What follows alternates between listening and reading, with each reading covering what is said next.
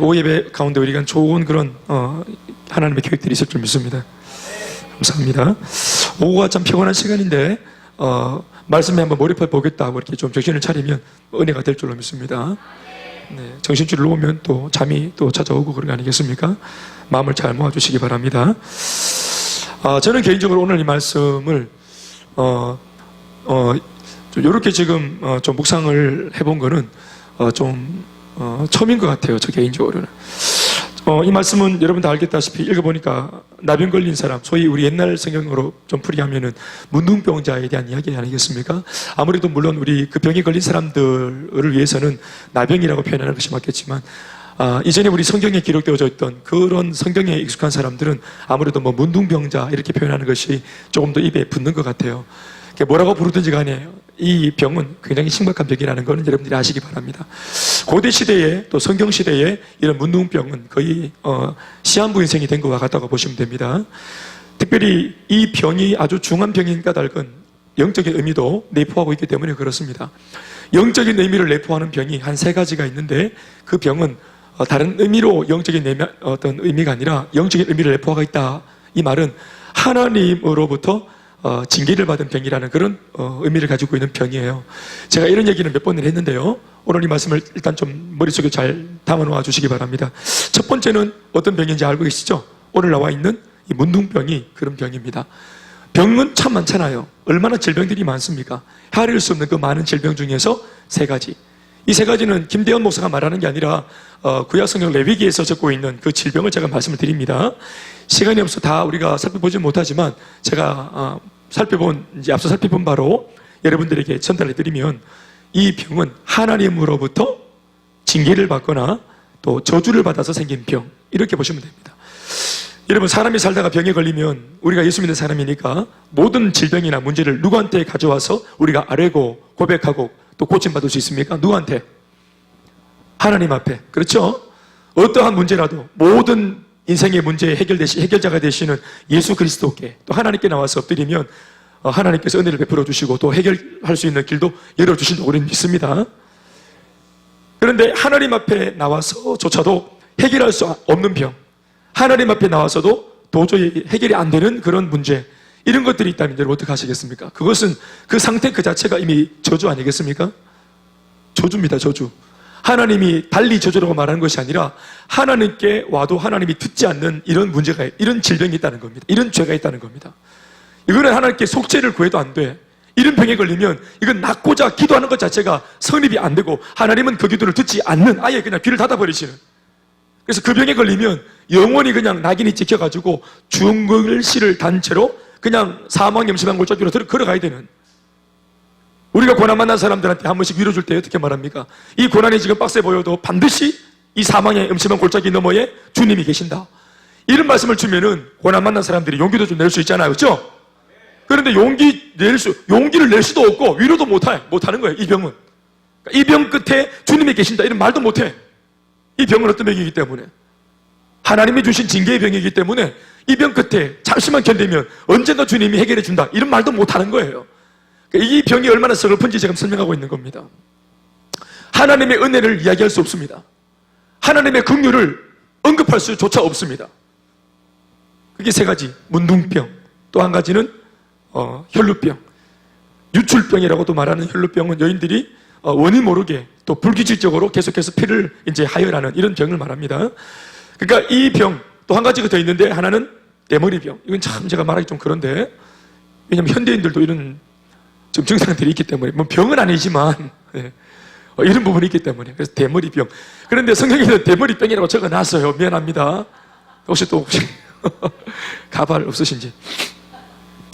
참고로 제가 우리 그 교회에서도 내가 담임 목사를 하면서도 이런 말 들을 줄 몰랐는데, 우리 성도들 중에서도 내가 이렇게 오랫동안 지냈는데도 목사님 머리가 가발이 아닌가 이런 말 하시는 분이 계시는데 저는 하나님의 사랑을 받고 있고요. 네, 이쪽은 안전합니다. 그래서 그런 오해를 받은 적이 있고, 더 황당한 것은 가까이 가서 보자 이렇게 왔는데 진짜 내 가발이네 가까이 와가지고 이렇게 말할 때 참 마음에 좀 많이 힘든 것이 있어요. 그래서 지금 땡기발을 할 수도 없고.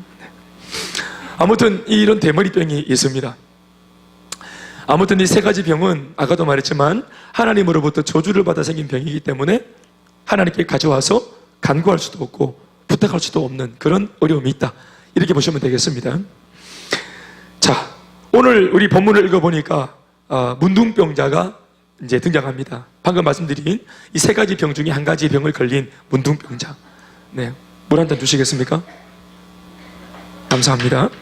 네. 예. 현수가 물 들어갔다 오는 동안에 잠이 깼구나. 아까 막 졸던데. 그래. 사실은 대머리병 뭐 이런 거 병보다 사실은 졸음병이 더 심한 거 아니겠어요? 그런데 그런 병들은 용서를 받을 수 있다니까 참 감사한 것 같아요. 자, 조금만 더 좀 힘내보세요. 피곤한 시간이긴 하지만 12절 말씀을 함께 읽어보십시다. 소리 내어서. 자, 잠도 쫓을 겸 소리 내어서 12절 말씀 시작.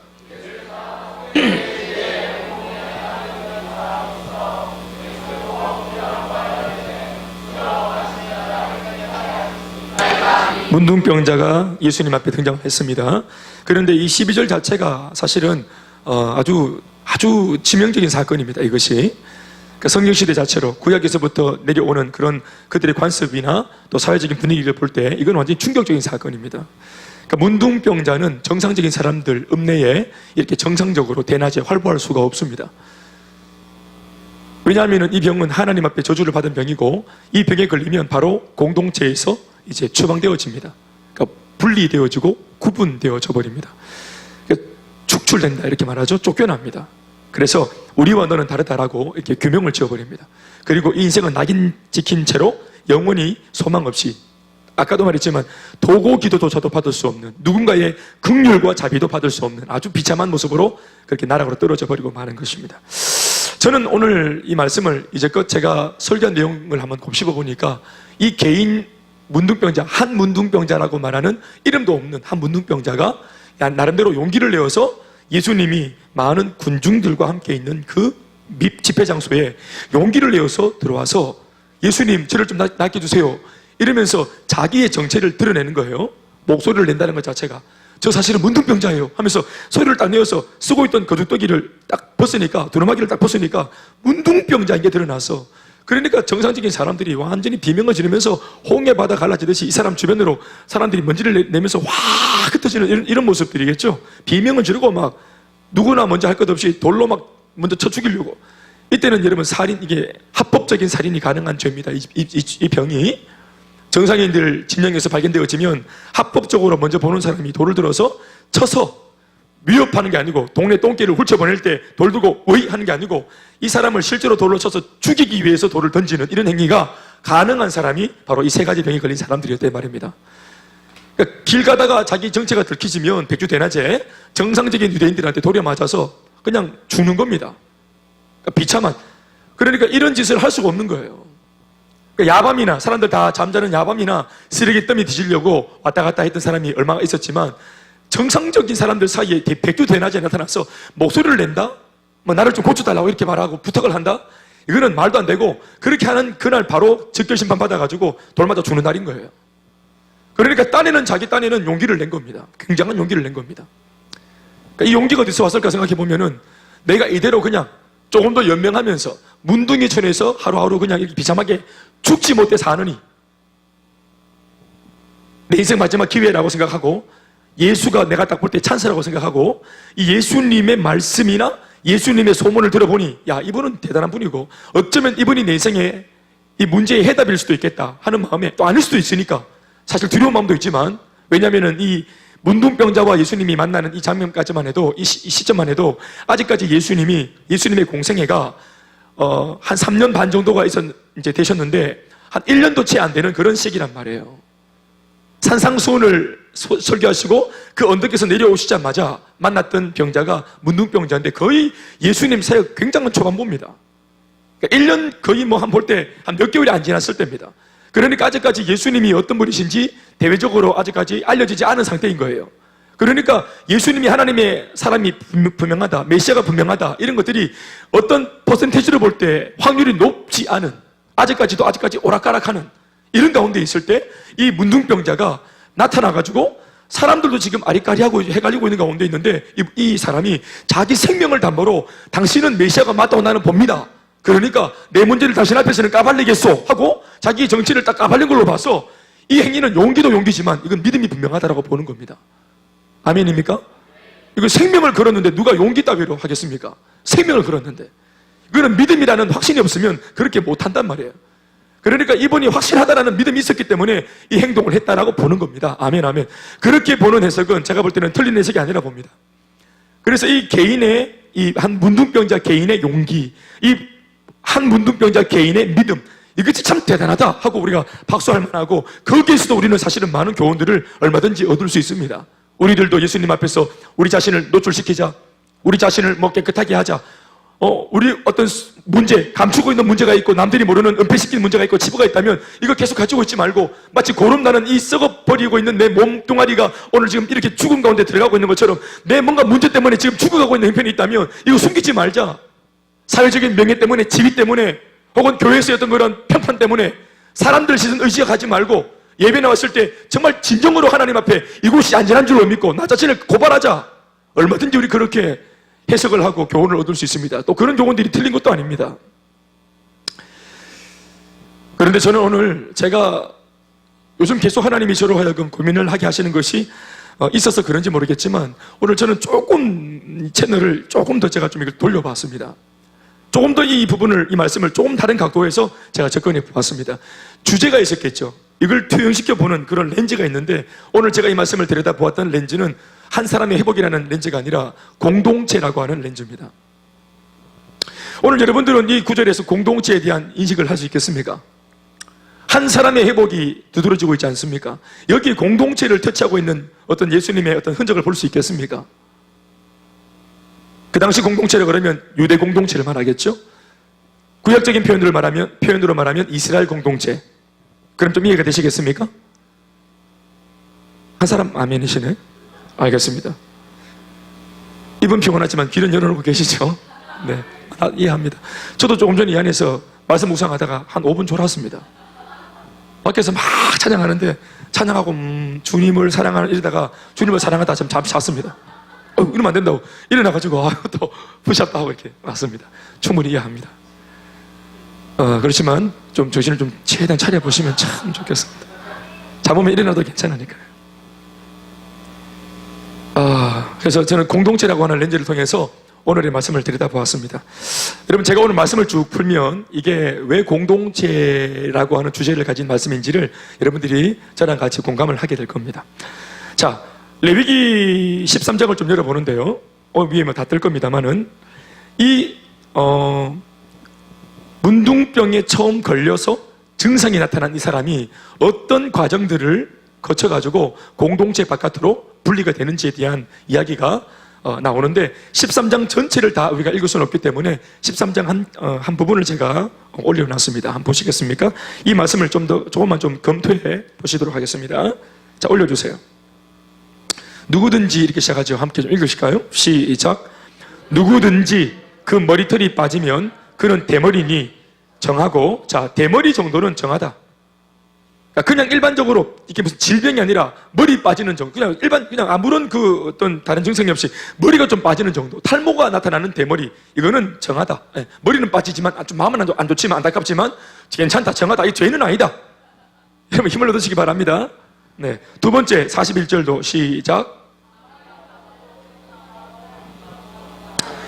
자, 이건 이마 대머리라고 하는데요. 앞에 거는 일반적인 대머리고 두 번째는 대머리도 종류가 있는데 두 번째는 이마 대머리가 있습니다. 이마 대머리도 속은 상하지만 마음은 안 좋지만 뭐다? 죄는 아니다. 괜찮다. 정하다. 정하고 깨끗하고 거룩한 대머리 빠질 수 있다. 이해하시죠? 그래서 목사님들 중에서도 머리는 빠진 분들이 제법 있는 겁니다. 그건 죄가 아닙니다. 42절 보시면 이게 이제 문제입니다. 시작. 그러나 대머리나 이마 대머리에 희고 불그스름한 색점이 있으면 이는 나병이 대머리에나 이마 대머리에 발생함이라. 자, 이제 문제는 대머리도 그냥 대머리가 아니라 대머리에 나병 증상이 첨가되어 있는 대머리가 있다. 그러니까 대머리가 중요한 게 아니라 뭐가 더 주제가 되는 거죠? 나병이 주제가 되는 겁니다. 이 나병, 문둥병 말입니다. 이 문둥병이 딱 포착이 되어지면 바로 그 즉시 어떻게 하냐면은 43절에 조치를 취해야 됩니다. 읽어보시겠습니다. 시작. 돋은 색점이 희고 불그스름하여 피부에 발생한 나병과 같으면 이는 나병 환자라. 이는 나병 환자다. 이거는 대머리가 아니고, 대머리인데 그냥 피부 좀 안 좋은 그런 정도가 아니라, 이거는 대머리라고 하는 표현은 빠져버리고, 대본에 뭐가 누가 그걸 드러냅니까? 전면에 어떤 타이틀이 올라옵니까? 나병 환자다, 문둥병자다. 딱 이렇게 제사장을 통해서 규정을 딱 받습니다. 그러면 어떻게 되느냐? 그 다음부터는 이제 이 나병 환자가 되어진 이 사람이 어떤 특별한 행위를 해야 됩니다. 뒤에 나오죠. 시작. 부정하니. 제사장이 그를 확실히 부정하다고 할 것은 그 환부가 그 머리에 있음이니라. 45절. 나병 환자는 제일 먼저 뭐 한다? 나병으로 딱 낙인 찍히면 어떻게 채면 옷을 다 찢습니다. 입고 있는 옷을 그대로 옷을 다 찢습니다. 그리고 머리를 풉니다. 머리를 다 풀어헤칩니다. 뭐 이게 두근두근 쏘는 거 다 벗고 머리를 다 대역죄인 되는 겁니다. 머리를 다 풀어헤치고, 여기는 안 나와 있지만 다른 구절을 보면은 재를 온몸에 뒤집었습니다. 흙을 딱 끌어모아가지고 회색빛 재를 온몸에 뒤집었습니다. 누가 봐도 딱 재를 뒤집어쓴 사람, 저게 뭐지? 하고 딱 알 수 있도록. 이 세 가지가 여러분 뭘 의미하는 겁니까? 옷을 찢었습니다. 머리를 풀었습니다. 재를 뒤집어 썼습니다. 이게 뭐에 대한 부분인 것 같습니까? 시각효과입니다. 시각효과. 그러니까 나병이다. 나병이 옷 안에 있기 때문에 그 썩어 문드러진 것이, 멀쩡하게 옷을 입고 정상인 척하면은 정상으로 통하는 거예요. 그런데 이러한 사람이 질병인지 모르고 다른 정상적인 사람들이 같이 교제하거나 터치했다가 접촉을 통해서 이 병이 옮을 수 있겠죠? 그래서 이 사람은 나병이 딱 발생되어지면 전격적으로 내가 문둥병자라는 것을, 이걸 표시를 내는 겁니다. 이유가 뭡니까? 정상적인 사람들이 내 근처에 혹시라도 모르고 오지 못하도록. 그래서 이 죄가, 이 병이 어떤 모양으로든지 전염이 되어서 공동체에 해를 끼치지 못하도록, 공동체에 위협이 되지 못하도록. 뭔 말인지 이해되십니까? 그러니까 보통 우리의 생각은 병 걸린 사람이 긍휼함을 받아야 되는데, 지금 이 병에 걸리면 하나님 입장에서도 이 병자 한 사람보다는 누구를 더 보호하려고 드는 겁니까? 공동체입니다. 공동체를 보존하고 공동체가 어려워지지 않도록 공동체를 지키기 위해서 이 한 사람 변질된 사람을 낙인 찍어서 이걸 다 풀어제치는 겁니다. 그래서 이 죄인의 모습을 드러내는 겁니다. 구약 성경의 개념은, 특별히 문둥병 같은 개념은 병 자체가 의미가 있는 것이 아니라 죄인이라는 것을 더 드러내는 겁니다. 특별히 여인이 남들이 볼 때는 설명이 안 되는데, 무슨 히스토리가 없었는데 갑자기 어느 날 유출병에 걸렸다. 계속 하혈을 한다. 이제 불결하게. 그러면 사람들이 이 여자의 삶을 모르지만 그 당시 사회적으로 볼 때 이 여자를 어떻게 뭐라고 규명을 합니까? 삶에 있어가지고 뭔가 좋지 못한 죄를 지은 여자. 그러니까 음란한 죄를 지은 여자. 그러니까 성적으로 타락한 여자. 우리는 눈에 안 보이지만 무언가 은밀한 죄를 짓고 있었기 때문에 하나님은 알고 계시니까 저런 벌을 내렸다. 그래서 여자가 하혈을 그렇게 불규칙적으로 하거나 이렇게 좀 이상하게 하거나 하면은 이 여자는 불결한 여자로 창녀로 통한 거예요. 그러니까 긍휼을 입지 못하는 거예요. 그러니까 문둥병자도 마찬가지. 이 병이 왜 생겼는지 사람들은 히스토리를 모르지만 뭔가 하나님이 보실 때 치명적인 죄를 지어서 공동체에서 구분해야 되는데, 죄는 짓고 나서 감추면 죄인인지 모르잖아. 완전 범죄할 수 있잖아. 그런데 하나님이 이 좋지 못한 죄인이 계속 다른 사람한테도 죄로 인해서 오염시킬 수 있으니까 이 죄를 뭘로 발전시켜서 드러낸다? 병으로 발전시켜서 드러내는 거예요. 그러니까 병이 드러난 것은 뭐가 드러난 겁니까? 그런 의미에서 이런 원리로 죄가 들추어진 겁니다. 그러니까 이 사람은 긍휼의 기쁨을 받지 못하고 오히려 공동체를 해코지할 뻔도 했으니까 공동체에서 긍휼을 이긴다는 차원보다는 추방해 내는 겁니다. 공동체를 지키기 위해서. 이 사람이 진짜 지은 죄가 뭔지는 모릅니다. 그건 성경책에 안 나옵니다. 그건 하나님만 아시는 겁니다. 그러나 그 죄가 뭘로 드러나는 것은 확실하다? 병으로 드러나는 게 확실하다. 많은 성경학자들이 그럼 오늘날에도 병은 죄와 통하는가? 죄 문제 때문에 병이 나타나는가? 그 사람의 죄 때문에 징계받아서 병이 나타나는 것인가? 그렇지는 않습니다. 지금은 이제 환경 문제도 많고 식습관도 있고, 그러니까 지금은 여러 가지 문제들이 짬뽕되어 있습니다. 그러나 구약적인 개념에는 이 죄가 병으로, 또 병은 죄로 통했습니다. 자, 보십시오. 그래서 공동체를 구분하기 위해서 이런 표를 내는 겁니다. 그러니까 누가 봐도 걸어가다가 이 사람 머리에 풀어헤치고, 그리고 지금 이제 우리 견비나 견인이 같이 이렇게 머리를 풀어헤치고 또 이제 이렇게 있는 아이들 보면 또 이제 뭐 옷을 이렇게 약간 이렇게 제꼈다든지 이러면은 누가 봐도 저 문둥병자다. 이렇게 이제 아는 겁니다. 딱 보고 비켜갈 수 있도록. 경계가 될 수 있도록. 그리고 또 한 가지가 뭐냐면은 소리로도 자신을 드러내는데 밑에 나오죠. 윗입술을 가리고, 윗입술을 가리는 이유는 말을 할 때 침이 안 튀도록 하는 겁니다. 침이 튀면은 접촉이 일어날 수 있기 때문에. 분비물이 안 튀도록 입을 가리고 뭐라고 외칩니까? 외치기를 시작. 부정하다, 부정하다. 이게 뭐냐면은 크락션입니다. 크락션. 쇳덩어리가 왔습니다. 쇳덩어리가 갑니다. 쇳덩어리가 지나갑니다. 자, 문둥병자 지나갑니다. 문둥병자 지금 우회전합니다. 자, 오른쪽에 계신다 피하시기 바랍니다. 문둥병자 침 튀기면서 지나가고 있습니다. 부정합니다. 이러면서 자기를 드러낸다 이 말.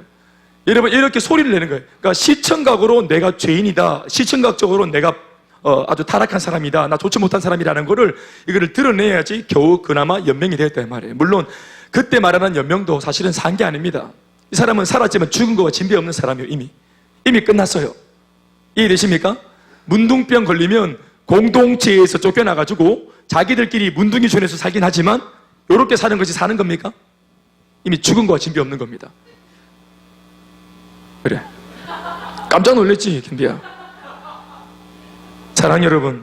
그리고 이 사람 46절을 읽어보시겠습니다. 병 있는 날, 시작.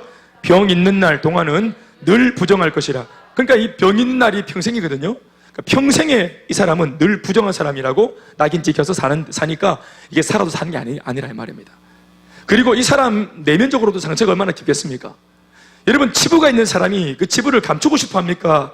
드러내는 것을 즐거워합니까? 감추는 것을 더 추구하겠죠. 누가 치부를 드러냅니까? 경실이가 남자친구 사귀는데 첫 만나가 인사하는데 안녕하세요, 안녕하세요. 저 김경실이라고 해요. 저 단기 선교를 1년 갔다 왔고요. 게다가 저는 짝꿍댕이에요. 이런 말 누가 합니까? 누가 자기 치부를 먼저 자기가 드러냅니까? 그러니까 예를 드는 겁니다. 그러니까 여러분들에게 좀 극단적인 예를 든 이유는 이게 확 오지요. 무슨 말인지. 그런데 성경적으로는 이 사람이 자기 할렐루야. 예. 정상이잖아. 예를 드는 거잖아. 그러니까 이렇게 미안합니다. 좋은 예는 아니네요. 하고 나니까 동문회를 했었어야 되는데 자매를 해가지고 미안합니다. 네. 그러니까 말이죠. 그러니까 치부를 감추는 것이 인지상정인데 하나님의 말씀은 이걸 드러내라 하니까 죄 때문에 병 때문에 어쩔 수 없어서 드러내긴 하지만 이것이 여러분 어떻게 봅니까? 대외적으로도 심리적으로도 정신적으로도 얼마나 이 사람한테 상처가 되겠습니까? 끊임없이 자기 이 치부를 자기가 먼저 입으로 고백해야 되니까.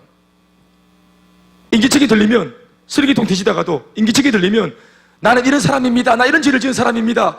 나 다리에 성범죄자 팔찌를 하고 있습니다. 발에 그걸 뭐랍니까? 전자발찌를 하고 있습니다. 이런 말을 하는 거 이게 얼마나 큰 충격이겠어요.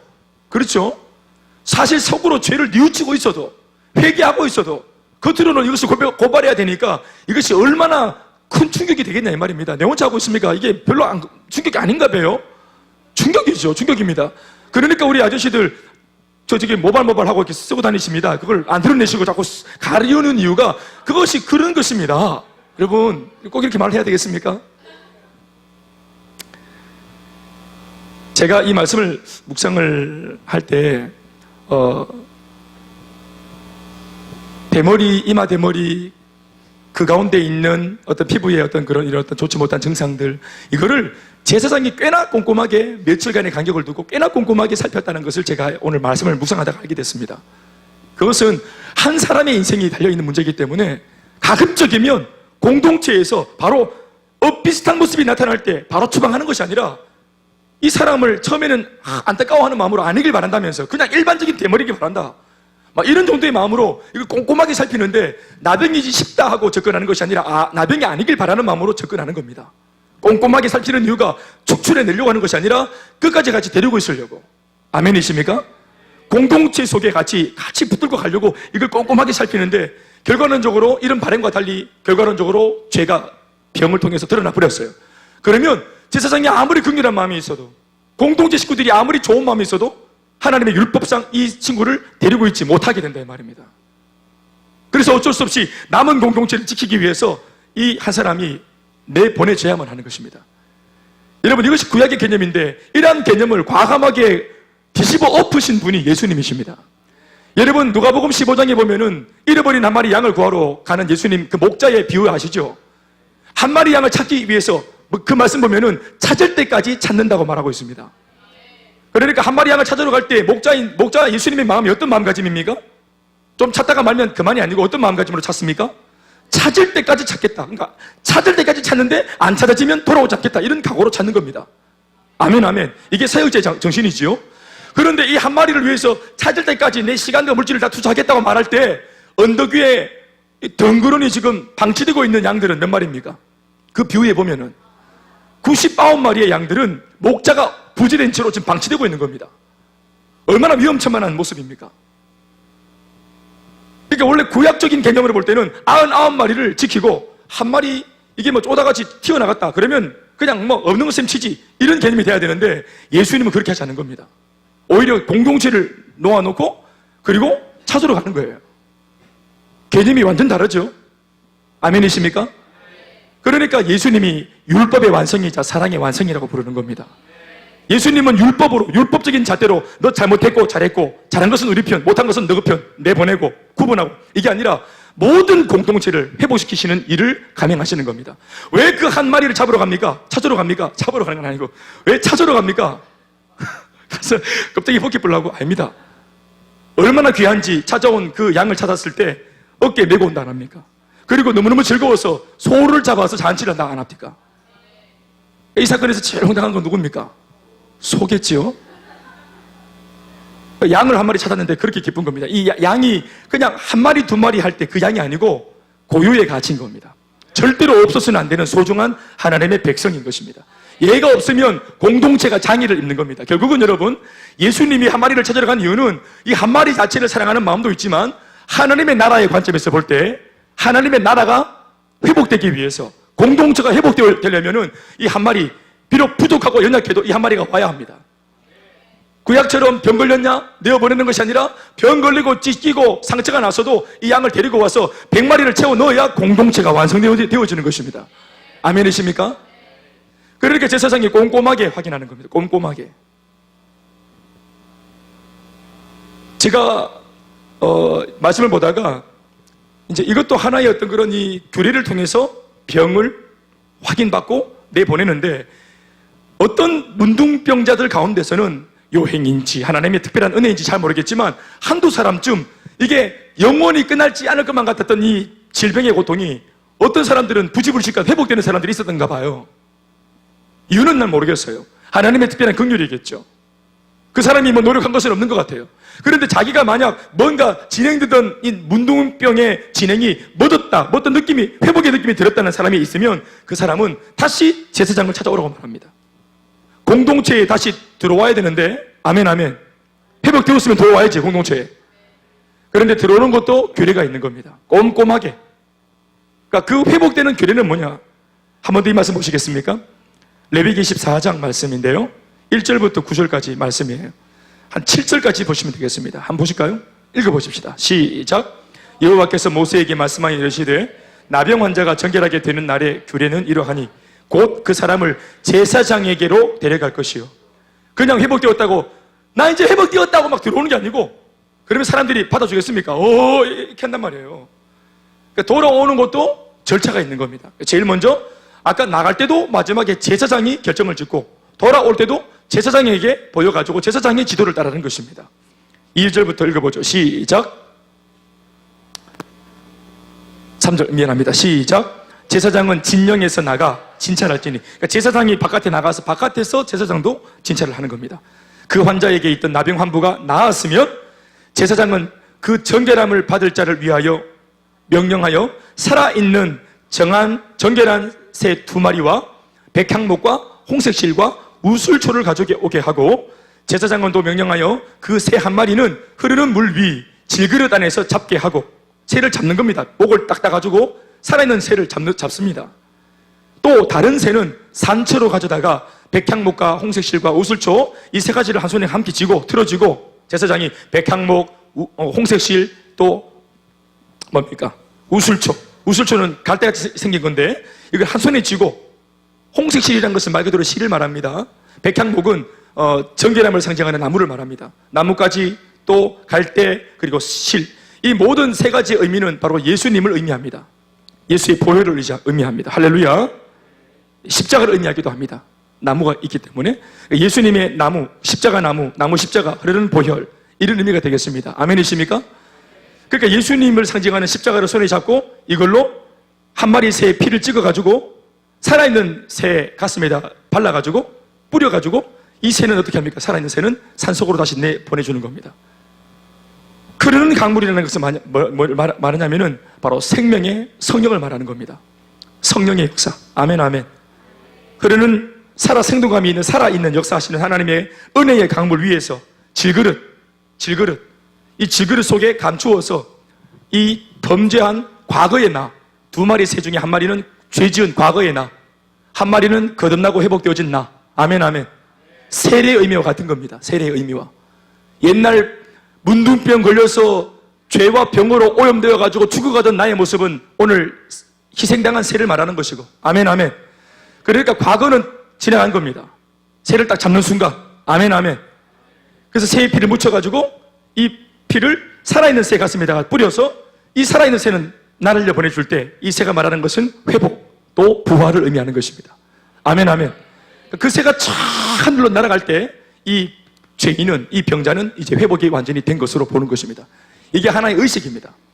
그러니까 이 의식을 통해서 이 사람의 모든 죄가 사해졌고 이제는 거듭났다 이러면서 제사장이 그것을 딱 인정해주면서 공동체 안으로 들리는 것입니다. 다 같이 아멘 합시다.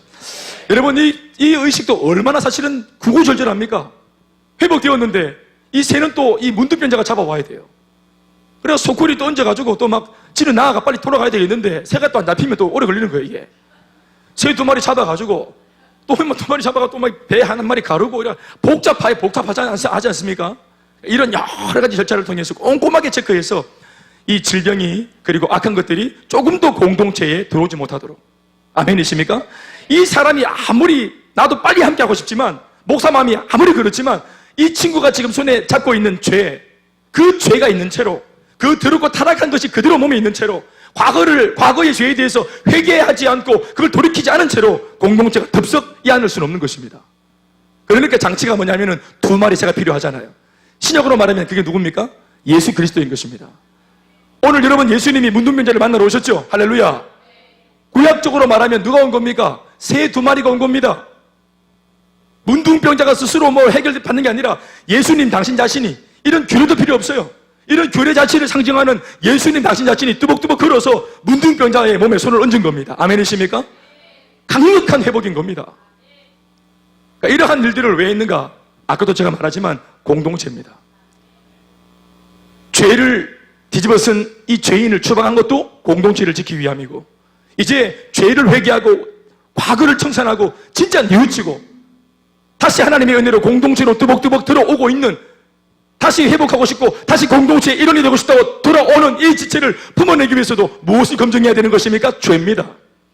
이 모든 것이 무엇을 위함인 것입니까? 공동체의 훼손을 방지하고 공동체를 보존하기 위한 하나님의 특별한 관심 때문에 그런 것입니다. 공동체입니다.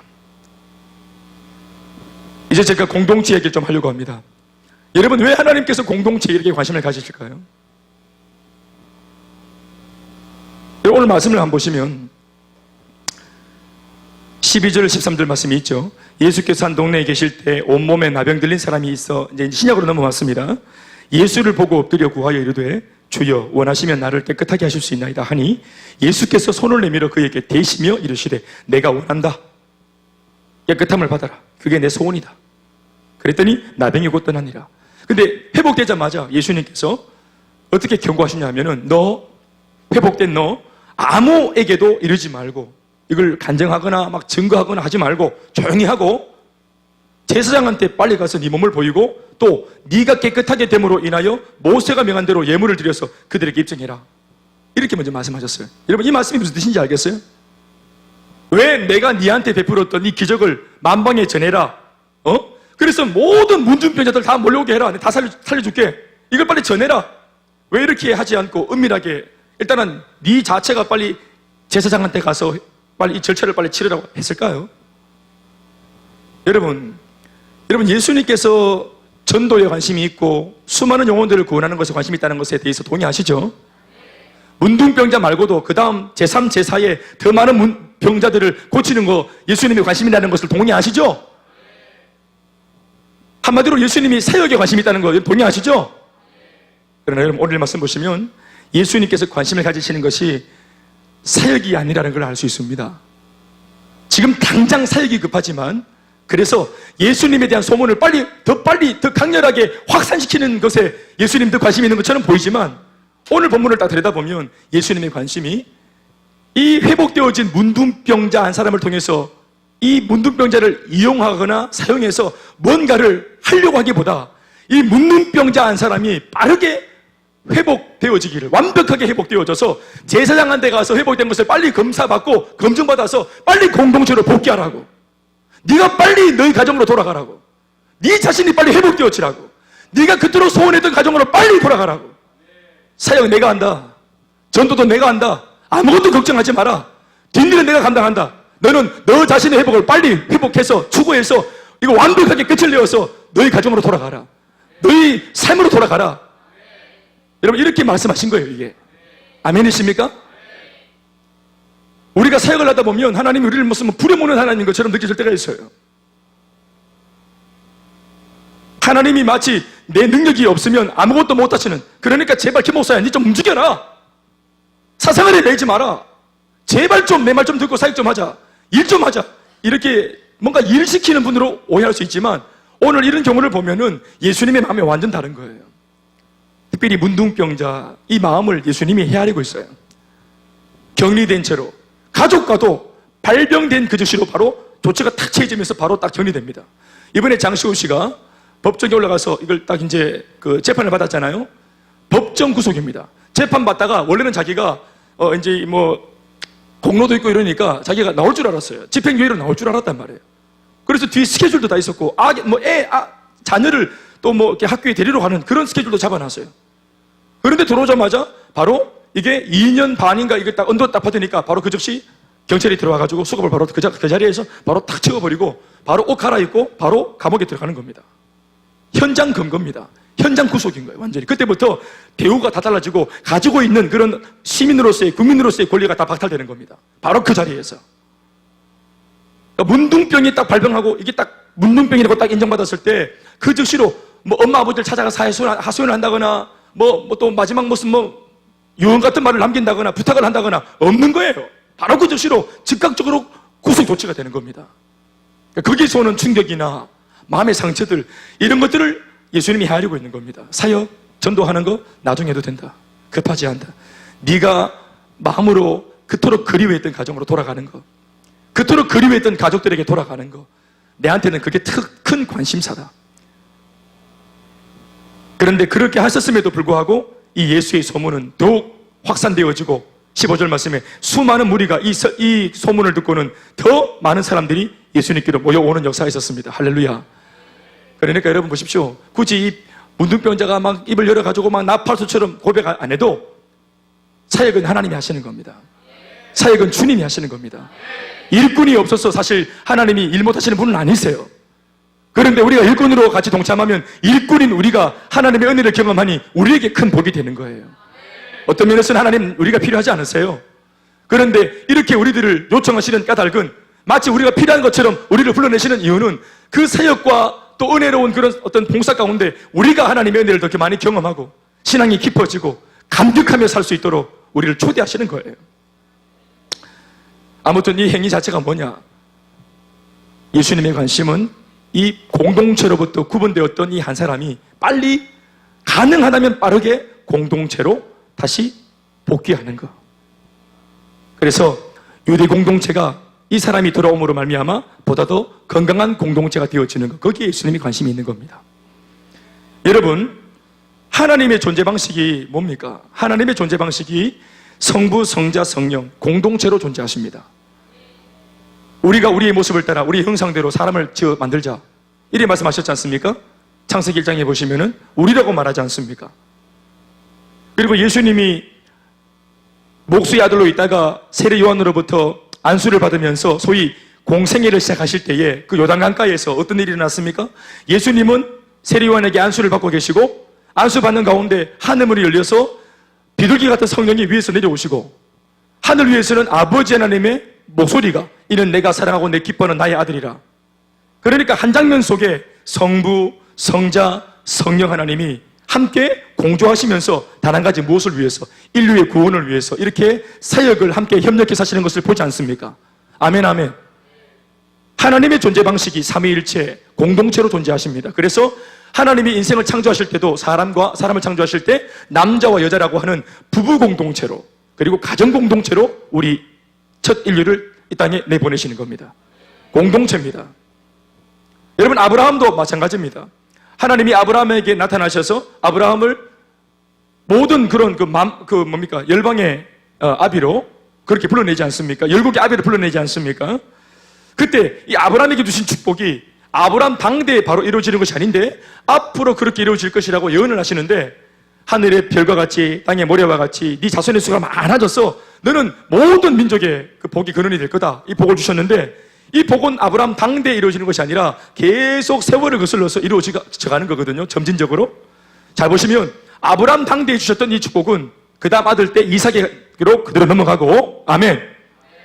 또 그 다음 아들 야곱에게로 그대로 넘어갑니다. 여기까지는 괜찮은데 그 다음부터는 아브라함의 축복이 어떠한 모양으로 갑자기 변형이 되어져서 이루어집니다. 그게 뭡니까? 아브라함 다음 때부터 어떻게 됩니까? 12아들이 12지파를 형성해서 이스라엘 공동체, 이스라엘 민족을 이루지 않습니까? 그렇죠? 그러니까 보십시오. 결국 하나님의 축복이 어떤 형식으로 이루어지냐 하면은 성취되는 모양새가 공동체를 통해서 이루어지는 것입니다. 아멘, 아멘. 저도 개인적으로 제가 여러분들하고 관계없을 때 나 혼자 골방에서 은혜 받고 예수 믿고 저는 정말 지극히 제가 개인적으로 은혜를 받았어요. 저는 집회도 아니고 여러분 제 가정을 다 알겠지만 저는 찬송가 옛날 성경 찬송가 325장 주 예수 대문 밖에 기다렸었으나 그 찬송가 가사를 묵상하다가 새벽 기도회 시에 앉아가 혼자 그 가사 묵상하다가 혼자 거기서 주님 만나가지고 막 방언이 터지고 난리가 났어요. 음악을 틀어준 것도 아니고 목사님이 설교한 것도 아니고 우리 경상도 말로 맥지로 지 혼자 주일날 다 예배드리고 집에 갔는데 저녁에 혼자 남아가지고 이거 가사 묵상하고 앉아있다가 은혜를 갑자기 받은 거예요. 제가 갑자기 불이 떨어져가지고 근데 이 불이 막 붙어가 처음에는 이 불이 당연히 나를 위한 것인 줄 알았죠. 내가 구원받았으니까 내가 잘되고 마음이 막 부유해지고 집은 가난하지만 내 마음이 막 부유해지더라고. 할렐루야. 이것은 분명히 예수 믿고 내가 좋아지는 게 맞았어요. 그런데 점진적으로 내가 좋아지고 막 은혜 받았는데 내 관심이 갑자기 우리 엄마 아버지를 보게 되고 우리 가정에 예수 믿지 않는 사람들, 우리 가문에 예수 믿지 않는 사람들, 술로, 폭행으로, 폭언으로 망하고 있는 우리 가정과 가문이 눈에 들어오는 거예요. 이거 누구도 나한테 시킨 적이 없는데 내 속에 있는 복음이 나 한 사람을 가득 채우더니 이래 곧 나를 향해서 하나님이 공동체, 가정과 가문을 바라보게 하셨어요. 가정 공동체, 가문 공동체. 아멘, 아멘. 그러다가 계속 제가 신앙을 이제 하면서 달려가다 보니까 어느 날 목사로 부르셨는데 이것도 나는 나를 위한 부르심인 줄 알았어요. 축복인 줄 알았어요. 우리 가문의 영광이었어요. 목사가 나오다니 수군 집안에서 너무 감사했어요. 그런데 제가 목사가 되어서 계속 이 삶을 걸어가다 보니까 오늘같이 구습 맑은 교회를 제가 개척하게 되었고 담임 목사가 되었고 이것도 사실은 저 자신을 위한 건 줄 알았는데 알고 보니까 그게 아니고 이렇게 지금 함께 공동체 식구가 되어서 함께 예배를 드리고 같이 사명을 붙들고 살려가는 공동체를 위한 것인 줄 알게 되었단 말이에요.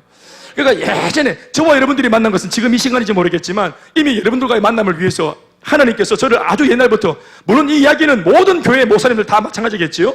결국은 목사를 향한 부르심은 공동체, 교회 공동체를 통해서 투영되어지고 목회자가 꾸었던 개인의 꿈은 이제 그 목사를 통해서 이 비전을 위임받은 모든 성도들이 함께 꾸는 공동체 꿈이 되는 것입니다. 아멘이십니까? 우리가 말하는 세계복음화가 뭡니까?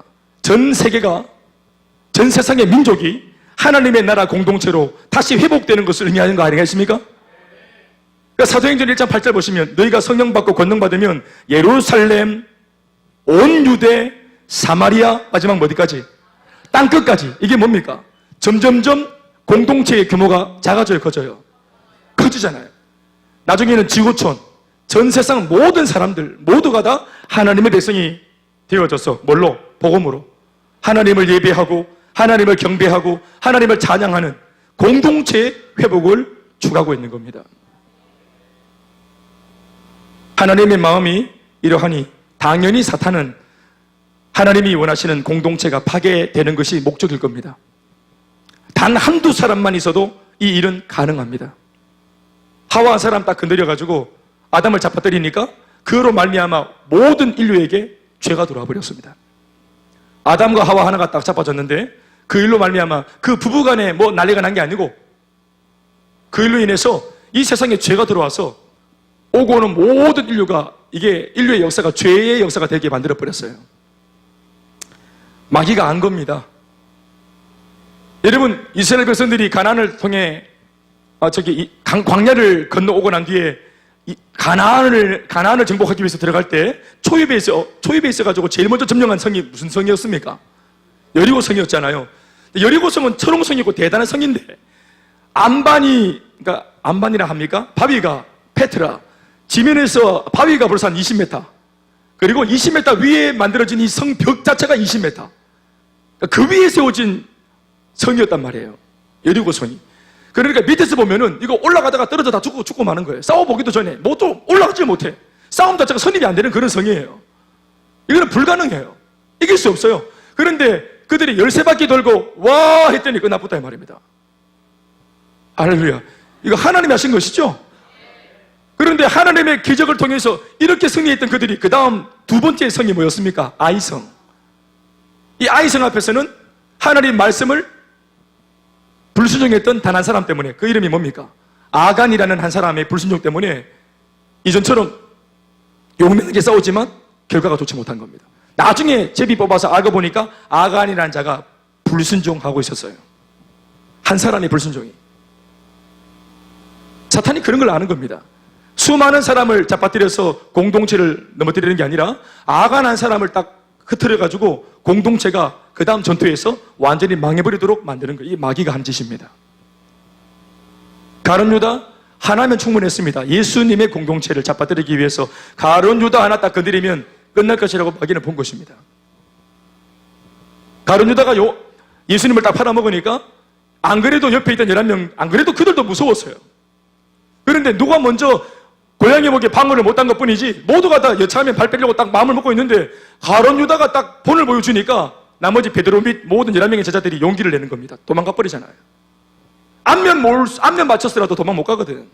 겁은 나지만 우리 집 어디로 가는 기고 스승은 자꾸만 죽겠다 하셨고 막 이 분위기가 좀 이상한데 벌써 마음이 안 좋아. 근데 발을 빼고 싶은데 이게 안면 맞추고 또 막 그날 또 막 떡도 먹고 잔도 마셨지 못 갑니다 이제는. 기적도 얼마나 많이 봤노. 은혜도 많이 입었고 배신 못 당기는 기라.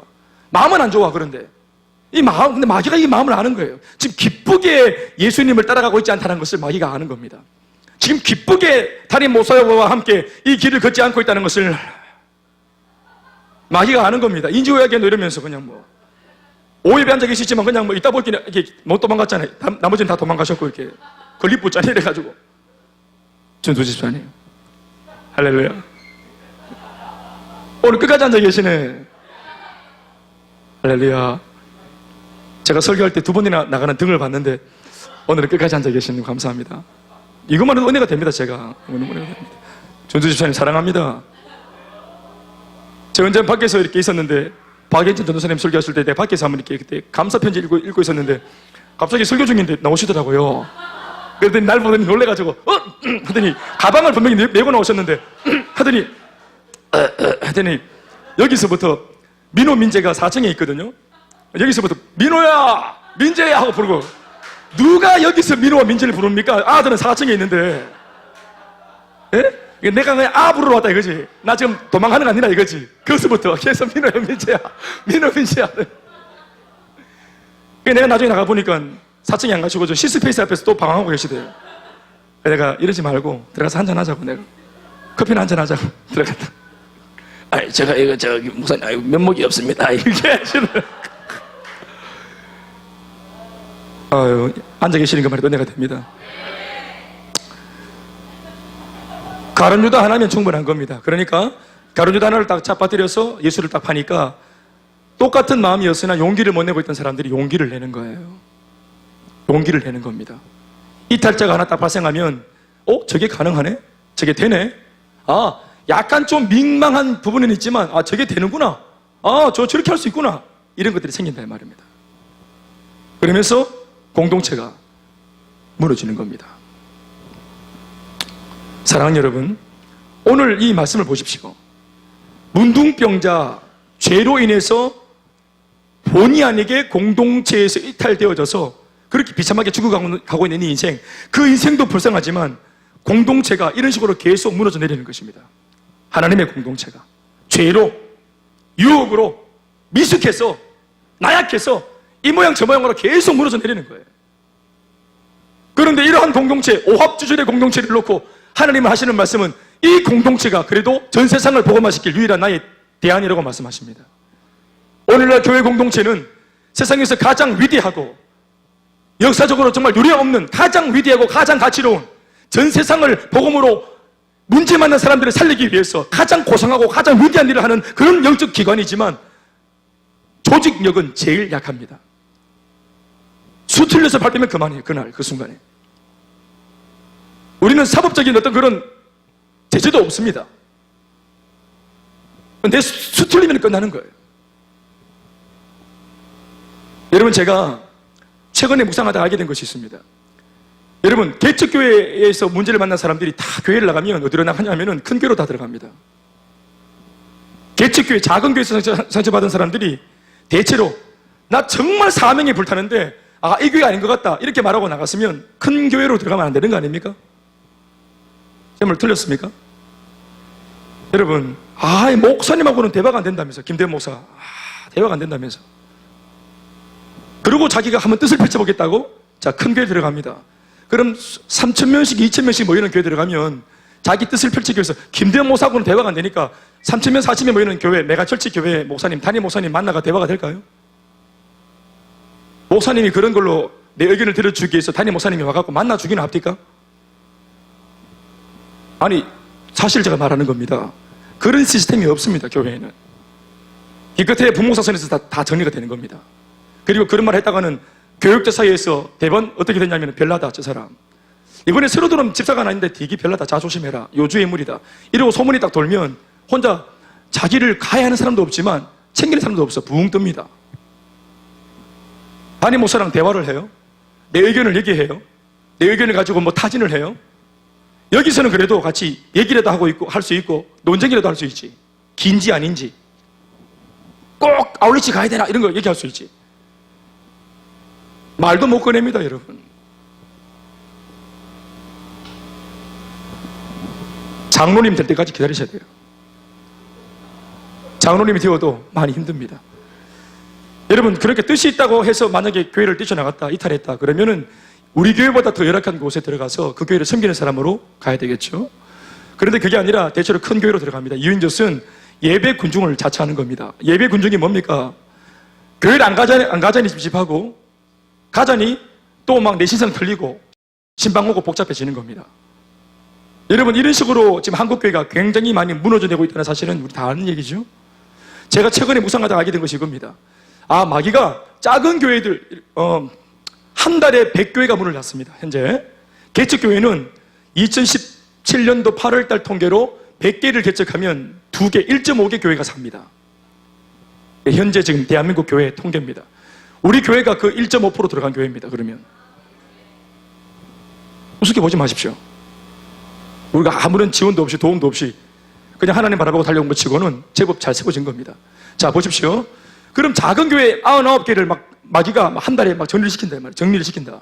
그러면 큰 교회는 작은 교회 사람들이 큰 교회로 몰려가니까 큰 교회는 그럼 건강해지는 것입니까? 제가 묵상했던 것이 뭐냐면 큰 교회를 마귀가 약화시키려고 하는구나. 작은 교회는 그냥 잡아뜨려 버리고 액면가로, 큰 교회는 계속해서 약화되게 힘이 없게 만드는 겁니다. 외치는 비전이 없이 사람의 쪽수만 많아집니다. 그리고 그 쪽수 많은 사람들은 다 밖에서 들어온 사람들이기 때문에 이게 역학관계가 없어요. 서로 간에 공동체 의식이 없습니다. 알려고 하지도 않고 알고 싶지도 않아 합니다. 다른 사람들이 막 힘들다는 그 가정 문제를 막 가지고 있으면 그 문제 속에 기꺼이 들어가는 것 자체가 버겁습니다. 내 삶도 바쁘고 내 아까름하기 바쁜데 무슨 그런 도저히 엄두가 안 나는 거죠. 그럼 교육자한테 맡깁니까? 여러분, 부목사님들 중에서 무시하는 건 아니지만 실제적으로 얼마나 성령이 충만한 부목사님이 있어서 그 교구를 그렇게 뜨거운 열정의 불로 책임질 수 있겠습니까? 여러분 부목사님들도 앞날이 전부 다 꽉 막힌 사람들입니다. 앞으로 자기가 어디로 가야 될지 몰라요. 나를 받아줄 교회가 있는지, 그런 교회가 있는지, 이번에는 어디에, 연말에 어디에다가 내가 이 원서를 써야 될지, 어느 교회를 가야 될지, 아이들은 커오고 입주는 이제 전부 다 좁혀져 오고 담임으로 오라는 곳은 없고, 그렇다고 나이가 들어가지고 부목사 계속 할 수도 없고, 또 담임 목사님은 은근히 압박을 주고 나가라고.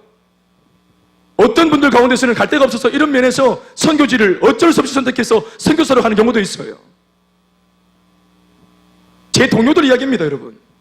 그런 문제 가운데 놓여있는 부목사님들이 성도들의 문제를 자신의 문제처럼 끌어안고 집에 퇴근도 안 하고 자기 자녀와 노는 시간들도 다 포기한 채로 그 언제 헤어질지 모르는 별로 나와 상관없어 보이는 성도들의 문제 속에 들어가서 뒹군다? 착각하지 마세요, 여러분. 선한 목자가 뭡니까? 요한복음 10장 12절에 나오는 선한 목자. 선한 목자는 착한 목사가 아닙니다. 말을 부드럽게 하는 목사가 아닙니다. 젠틀한 목사를 말하는 게 아닙니다. 선하다는 말의 뜻은 뭐냐면은 양을 위해서 생명을 바치는 겁니다. 이리 때가 오면은 판별을 하는 것입니다. 선한 목자는 이리 때가 왔을 때 양을 위해 생명을 바치거니와 했습니다. 그렇지 않은 목자는 아무리 짤면 많이 사주고 밥을 많이 사줘도 사꾼이라고 말하고 있습니다. 냉정하게 말하는 거예요, 성경이. 친절하게 말하고 성도들이 잘못된 길을 가도 말하지 않고 잘한다 잘한다 하고 칭찬하고 발언만 하지 않고 야단치지 않고 훈계하지 않는 것. 제가 하는 말이 아니니까 자신 있게 말할 수 있습니다. 성경 자체가 뭐란 말합니까? 생명 걸지 않는, 양을 위해서 할 것처럼 하지 않는 것은 사꾼입니다. 그런데 오늘 성도들 자체가 사꾼을 좋아합니다. 성도들 자체가 자기를 책임지지 않는 교회를 선호합니다. 그러니까 결과론적으로 뭐가 마지막 최대 피해자가 누군지 아십니까? 결국은 주님의 몸된 교회입니다. 교회가 힘이 없어요. 작은 교회는 존립 자체가 지금 불투명하기 때문에 하나님이 쓸 수 없는 교회가 되어 있고, 큰 교회는 공동체 연대의식이 없고 교회에 대한 소속감이 없고 모두가 다 붕 떠 있기 때문에 이 공동체를 쪽수가 아무리 많아도 이 군중들을 들고 하나님이 쓸 수가 없는 겁니다. 결국은 하나님 나라의 손해요. 결국은 하나님 몸된 교회의 손해요. 제일 아까 지금 말했던 것보다 더 큰 피해자는 세상입니다. 유일하게 소망을 줄 수 있는 교회가 이렇게 아둔해지는 바람에 교회를 통해서 도움을 받아야 할 이 예수 믿지 않는 불신자들은 갈 곳이 없습니다. 자기를 건져줄 곳이 없습니다. 자기를 책임질 교회가 없습니다. 전도해주는 교회가 없고, 내가 막 싫다고 아무리 뿌리쳐도 사실 진심이 아닌데 뿌리치고 욕은 하지만 이런 것들을 무릅쓰면서까지 내게 와서 복음을 전달해 줄 수 있는 그런 불타는 사명자가 있는 교회가 없다 이 말입니다. 전도하는 목사님들이 통계를 낸 내용들이 있어요. 10명, 길에서 만나는 10명, 예수 전하는 10명, 전도하는 10명의 성도 중에서 8명은 신천지랍니다. 신천지 욕할 거 아닙니다, 여러분. 우리는 건강한 교회, 옳은 교회라고 말하면서 하는 게 뭐가 있어요? 성도가 6,000명이 되어도 자기 교회에서 본 파송으로, 주 파송으로 선교사를 한 명도 안 보낸 교회도 이 대구 땅에 있습니다.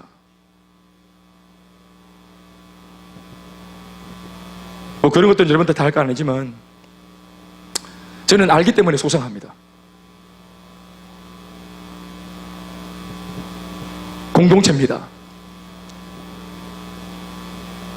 완전한 공동체는 없습니다, 이 땅에. 칼빈이 말하기를 모름지기 지상에 있는 모든 교회는 전투하는 교회가 되어야 된다고 말했습니다. 지상교회는 전투하는 교회. 천국의 교회는, 천국도 교회라고 보거든요. 교회론으로 볼 때는 천국은 완성되어진 교회. 그러나 이 땅에 불완전한 인생들이 모여있는 이 교회는 하나님은 완전하시지만 완전하신 하나님이 불러놓고 거기에 모여있는 예수 믿는 오늘 성도들, 저와 여러분들은 불완전한 존재입니다. 내일이라도 우리는 대번에 유혹을 받거나 문제를 만나면 헷가닥할 수 있는 아주 위험천만한 성도들입니다. 동의하십니까? 우리 그럴 수 있는 사람들이에요. 아직까지 우리 속에는 내관이 아직까지 제거되지 않았습니다. 오히려 공동체 안에서 우리가 이 폭탄을 터뜨릴 때 더 큰 좋지 못한 파장이 일어나기도 합니다.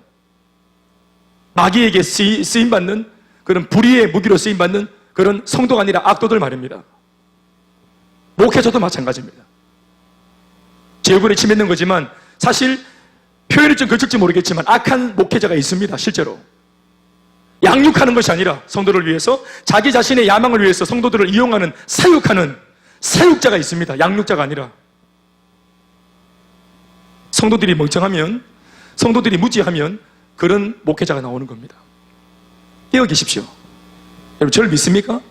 제가 어떻게 될 줄 알고? 야망가. 성도들이 멍청하면 제가 야망가가 될 수 있는 거예요. 설교 대충 해도 은혜 받으면 머리에 든 것이 없고 고민하지 않고 기도하지 않고 영빨이 없고 눈에 초점이 없고 대충 잡을고 막 이러면은 목회자가 말씀을 준비하겠습니까? 고민하겠습니까? 서로 망하는 겁니다. 그런데 강단 앞에 설 때마다 막 눈이 똘망똘망해가 오늘 은혜 안겠지만 지긴다 이러면서 막 보고 있다. 불안해가 어떻게 기도를 안 하겠습니까? 사랑하는 여러분, 우리가 살고 있는 시대가 악합니다. 그리고 수많은 문둥병자들이 예수를 믿지 않는 불신자가 문둥병자거든요. 오늘 이 문둥병자는 하나님의 은혜로 자기 발로 왔지요. 그러나 여러분, 자진해서 오는 이런 전도가 되는데 자진해서 교회에 찾아와서 전도 받는 사람이 여러분 이 시대에 얼마나 될까? 없습니다. 왜요? 불신자가 볼 때 더 이상 교회는 소망으로 보이지 않습니다. 아십니까? 별난 곳으로 보입니다. 천주교를 가더라도 성당을 가더라도 절에 가더라도 개신교는 가지 않겠다, 이런 통계가 이미 나와 있습니다. 점집보다 못합니다. 강남 부인들 1000명 중에서 갑작스러운 문제를 만났을 때 제일 먼저 찾는 곳이 어딜까? 90%, 91%가 점집이라 했습니다. 미아리 점집. 개신교 4%입니다. 1000명 중에서. 어떤 면에서는 우리가 살고 있는 이 대구 땅에 예수 믿는 복음화율이 그걸 말해줍니다. 대구 예수 믿는 사람들이 5%를 안 합니까? 2013년도에 통계를 내었을 때 그전까지는 8%였다가 지금은 5%로 떨어졌습니다. 여기 있는 분들은 지금 5%에 들어온 사람들이에요. 이게 아멘이 아닙니다. 사실 슬픈 얘기예요. 그런데 이 5%가 정신을 차리면 95% 감당할 수 있습니다.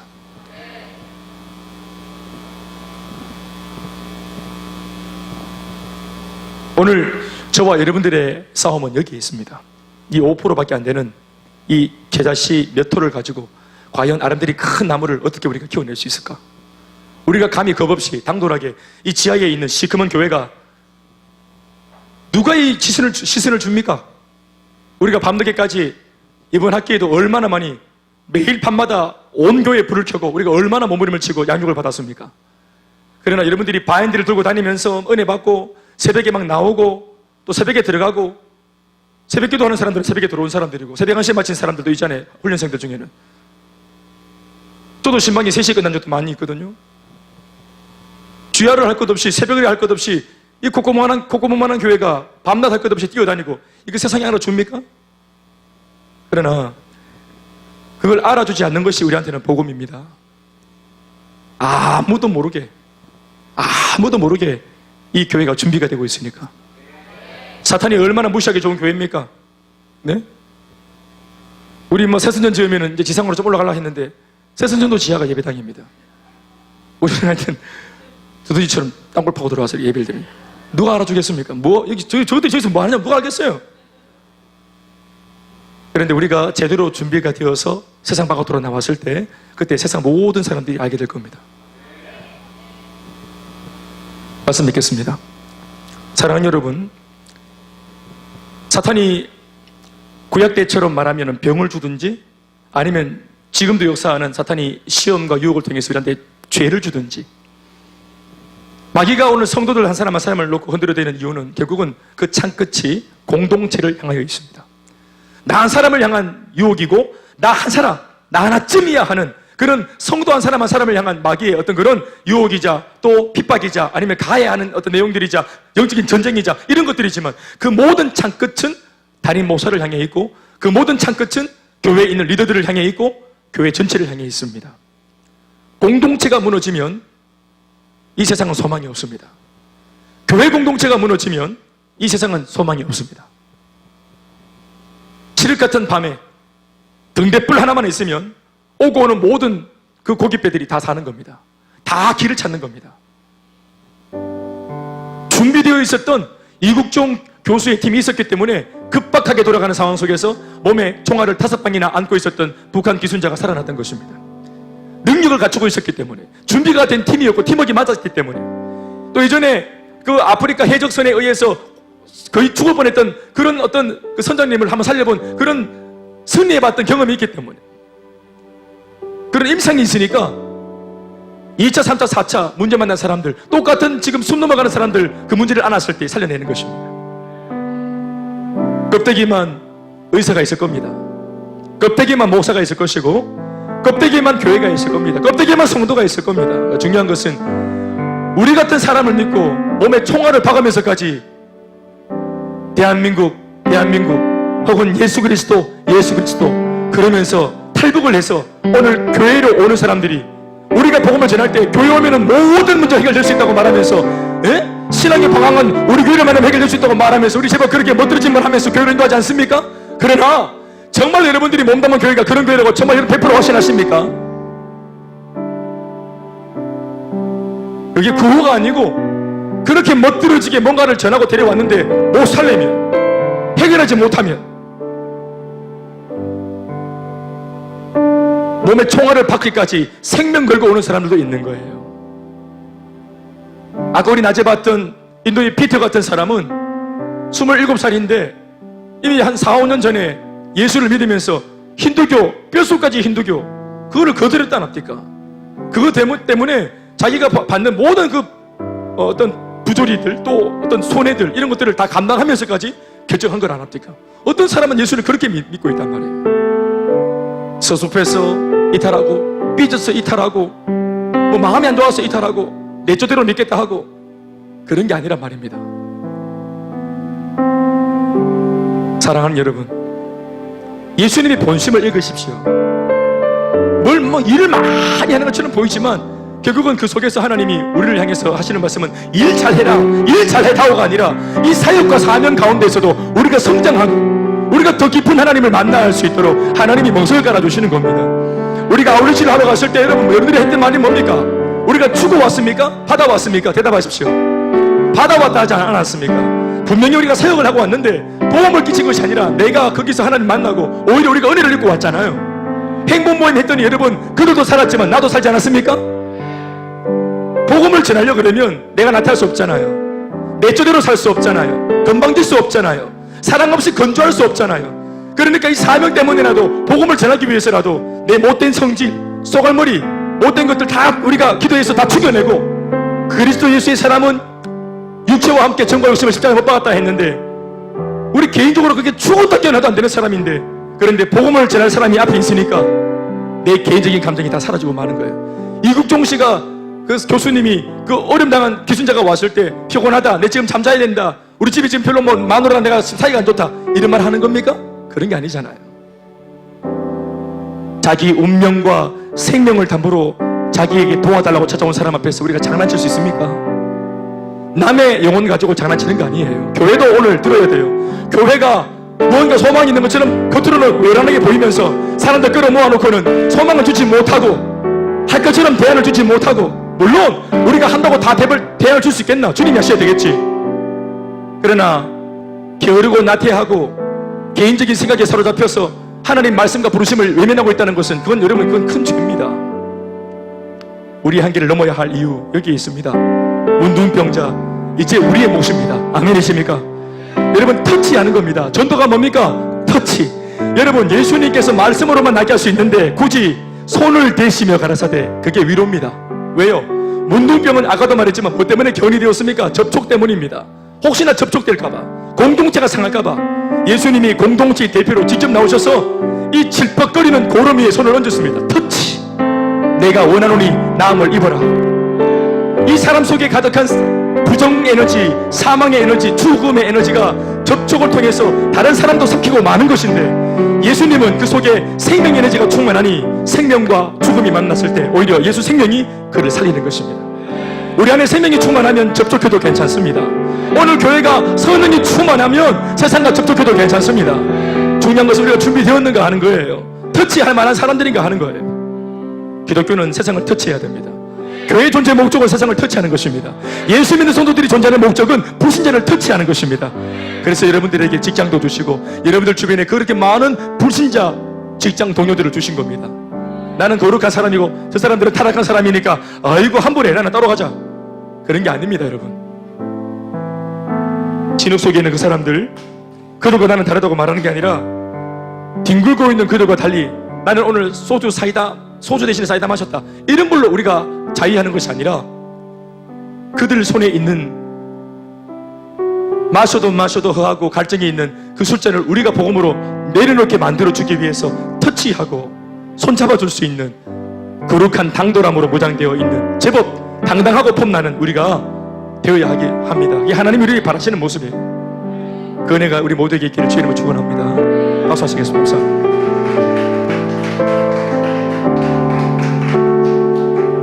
우리 아주 찬양하시겠습니다. 주 곁에 거하리 찬양하십시다.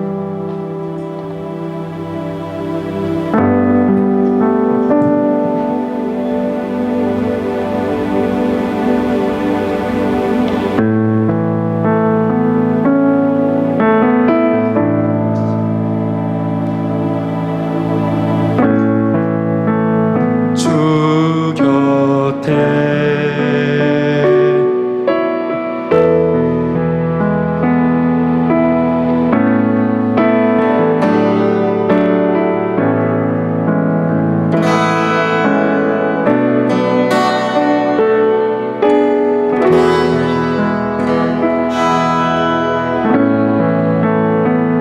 다시 한번 주 곁에